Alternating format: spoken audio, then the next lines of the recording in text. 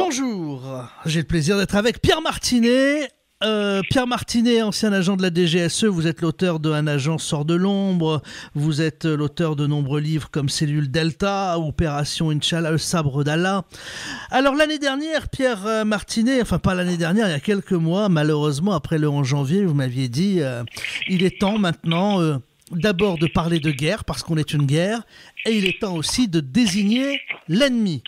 On a vu que le gouvernement parle maintenant clairement de guerre. En revanche, l'ennemi n'est pas encore désigné de la part de l'État.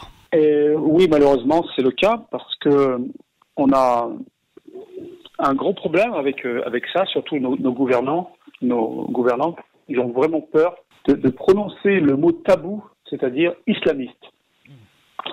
Pour eux, ils n'osent même pas prononcer ils ne prononcent même pas le nom d'État islamiste, ils disent Daesh. Et en plus, ils prononcent mal parce qu'ils disent Daesh.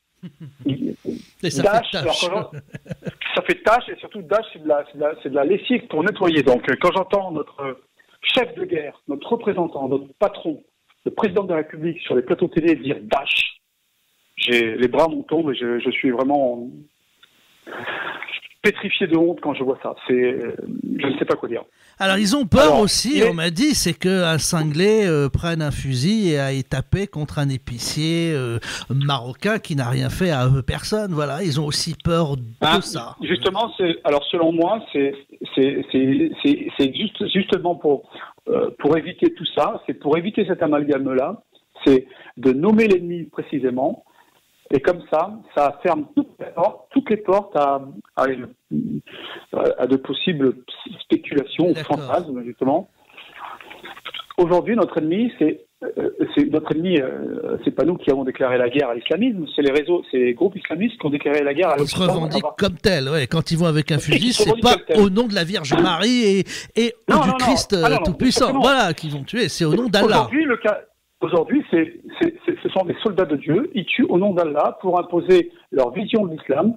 Soit vous êtes, on est considérés comme des mécréants et des kafirs. Soit vous convertissez, soit on vous tue. Alors Pierre Martinet, face à ce que l'on vit, on n'est pas dans la réflexion ni dans la précision des mots. On est encore dans l'émotion, on met des bougies aux fenêtres, on se donne la main en se disant aimons-nous les uns les autres, plus jamais ça. On est en train de revivre une sorte de 11 janvier, quoi, Charlie Hebdo. On a l'impression de ne pas vouloir, finalement, que beaucoup de Français ne veulent pas voir. On se refuse, dans le déni, on se refuse de parler de l'idéologie. L'essence aujourd'hui de ce mal absolu, c'est l'idéologie. L'idéologie salafiste, la pensée des frères musulmans, wahhabites, tous ces groupes qui se revendiquent d'un islam radical, ancestral, et qui ne reconnaît absolument pas la laïcité et la démocratie.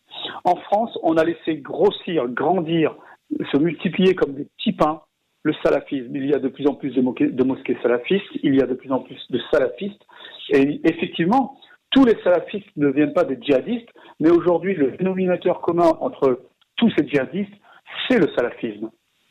Donc il est grand temps de criminaliser le salafisme et d'interdire les associations musulmanes radicales comme les frères musulmans & Co. On l'a bien compris. Voilà, c'est comme tous les alcooliques n'ont pas une cirrhose du foie, mais ceux qui ont une cirrhose ont quand même été alcooliques. Voilà, pardonnez-moi, mais il faut que les gens comprennent clairement. Et comment on peut accepter de tolérer, quand on se balade encore dans des centres commerciaux, de croiser des femmes tout en noir, en burqa, etc., avec un grillage, alors que c'est censé être interdit. Alors, ça fait partie d'une guerre très particulière qui s'appelle la guerre subversive. Dans la guerre subversive, il y a le volet psychologique qui est très important. Et aujourd'hui, dans certaines banlieues, près de certaines mosquées salafistes, il y a une recrudescence de personnes liées à la salafiste, d'hommes et de femmes. Ça va habituer l'œil du lambda, de l'occidental, du français en particulier, à voir ça tous les jours. C'est-à-dire qu'il nous impose cette vision chaque jour un peu plus, et chaque jour on se dit, c'est normal finalement, cette pensée salafiste et cette façon de vivre. Et chaque citoyen français doit prendre conscience que nous vivons une époque totalement différente qu'il y a années et que nous sommes dans une guerre non conventionnelle, asymétrique, avec des moyens d'action protéiformes, et soit vraiment sensibilisés et surtout concernés par ce qui se passe aujourd'hui autour de nous. On a vraiment besoin d'être des lanceurs d'alerte. Chaque Français est un lanceur d'alerte et il doit être prêt à réagir en cas d'attaque. Il doit être prêt en cas d'attaque, ça veut dire quoi? Ça veut dire qu'il peut, comme dans le Thalys, se jeter sur la personne parce que la distance entre le fusil, le canon et lui est relativement courte. Si c'est assez éloigné, il doit savoir s'abriter et pouvoir alerter.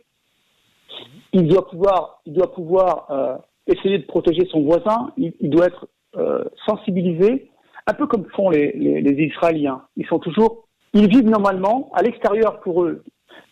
C'est ma définition de la sécurité, de la sécurité individuelle, c'est qu'à l'intérieur on est rouge, mais à l'extérieur on est vert. D'apparence décontractée, mais toujours vigilant. Être vigilant, c'est pas tomber dans la psychose. Et surtout, ça ne nous empêche pas de vivre. Dernier point, Pierre Martinet, est-ce que des politiques vous ont téléphoné depuis quelques mois pour vous voir, pour vous demander des conseils, vous dire, voilà, qu'est-ce que je pourrais faire, vous qui connaissez bien le dossier? Alors c'est drôle parce que ça me fait sourire, hein, mais c'est cette question parce que je croise beaucoup de politiques sur les plateaux. Beaucoup de politiques m'ont dit donnez-moi votre carte, j'aimerais bien vous déjeuner avec vous et discuter de ce problème avec vous. Vous avez une expertise de terrain qu'on n'a pas. Vous avez une vision qui est assez cash mais tellement réelle. Certains m'ont même dit qu'ils allaient m'inviter à une commission de réflexion sur le renseignement, sur les filières, parce que j'ai travaillé sur les filières également. Mais comme vous pouvez vous en douter, personne ne m'a appelé. Voilà. Et voilà. Et ils parlent de sujets qu'ils ne connaissent pas, sans avoir lu le Coran, en essayant de cultiver une sorte de clientélisme électoral.